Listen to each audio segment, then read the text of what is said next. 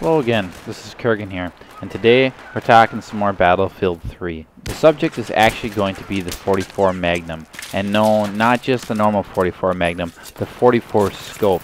This is a weapon that I think kind of gets bypassed a lot, so I want to touch on it a little bit and get my opinions out there. Now, I can understand that the reason people don't use this weapon, and it's because it has, I believe, a 4x scope on it, which is kind of a lot, especially considering it's a pistol and it has some pretty strong recoil. So using this on close quarters maps can be kind of difficult. It's really good for medium to long range engagements.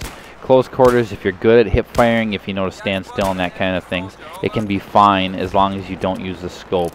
You can pull up the scope and, of course, kill people with it if you're really good at, let's say, a drag shooting with sniper rifles. Then it might be something that you're more accustomed to. But for most people, it's going to be more difficult to use in close quarters than it is going to be to use for long-range engagements. If you're going to be using this, you're probably going to want to use it on bigger maps because, well, the benefits of having the scope. It's going to give you a better depth to your kit. Let's say you want to use something like an A91 as an engineer, or an F2000 in case you come across some close quarter scenarios. You're playing a map that's a bigger map, but maybe like an aftermath map where there's a lot of buildings in a town setting, so you're going to come around a corner and you might run into somebody. So having a fast firing primary weapon is going to be important because that's going to win you those close quarters battles. Well, then you could take the 44 scope for depth in your kit. Now that's going to allow you to have long-range engagements as well, because people, especially if you've killed many people with that F2000, they're going to doubt that you can beat them in the long-range engagement if you're known in the server. So then you have that 44 scoped, and they aren't going to expect it at all. They'll post up in a position, maybe trying to kind of head glitch and give you a small area to hit, and you can still take them out with that thing. So, and you'll see me do that quite a few times here. It's just a great weapon for that. The mode and the maps that I like to use this on the most are Scavenger, and that's because the pistol is your kit. That's the only thing you start with, and then you pick up everything from there.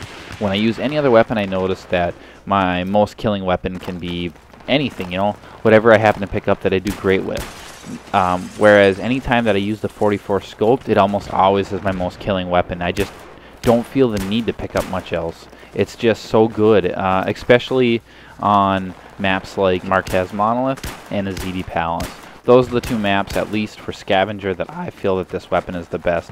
I love playing Azidi Palace. You're going to see quite a bit of gameplay from there because it's a really big map. It has lots of long shots that you can take down hallways. So people are going to post up in positions because now this is where everybody's using a pistol. So if somebody gets a real weapon, a primary weapon that's got a scope on it, they're going to feel that they have a really big advantage, and they're going to do some cocky things that they wouldn't normally do in the normal game modes. So they'll post up in a position where they think that they have you, and they think that they can suppress you and probably kill you, and you can kind of post up and drop the thing right on their head, and there's just not much they can do. It's got that 4x scope. It's good to cover almost most of that map. I mean, I've made plenty of shots at half map with that thing, so it's just a monster for that map. And it's not too bad on Marquez Monolith either.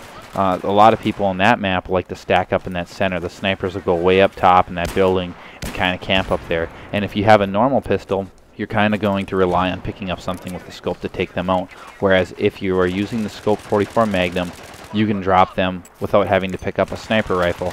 So you could pick up that primary weapon and then use the scope 44 Magnum to take them out of that tower. So I highly suggest that anybody playing Scavenger tries this weapon out. It just is going to give you a lot of depth. You're going to be able to make engagements at a lot longer ranges where people aren't going to expect that you can kill them. They might expect to get suppressed or hurt, but if you land that thing on their head, it's probably going to drop them. The thing is just a monster for Scavenger. It's just a weapon that's not used much, and I really wanted to do a video on it to bring some light to it because it's become actually one of my favorite weapons, and I've started using it more in the normal modes simply to provide that kit depth so I can use the faster firing primary weapons and the slower firing scoped Magnum to bring the depth for longer range engagements.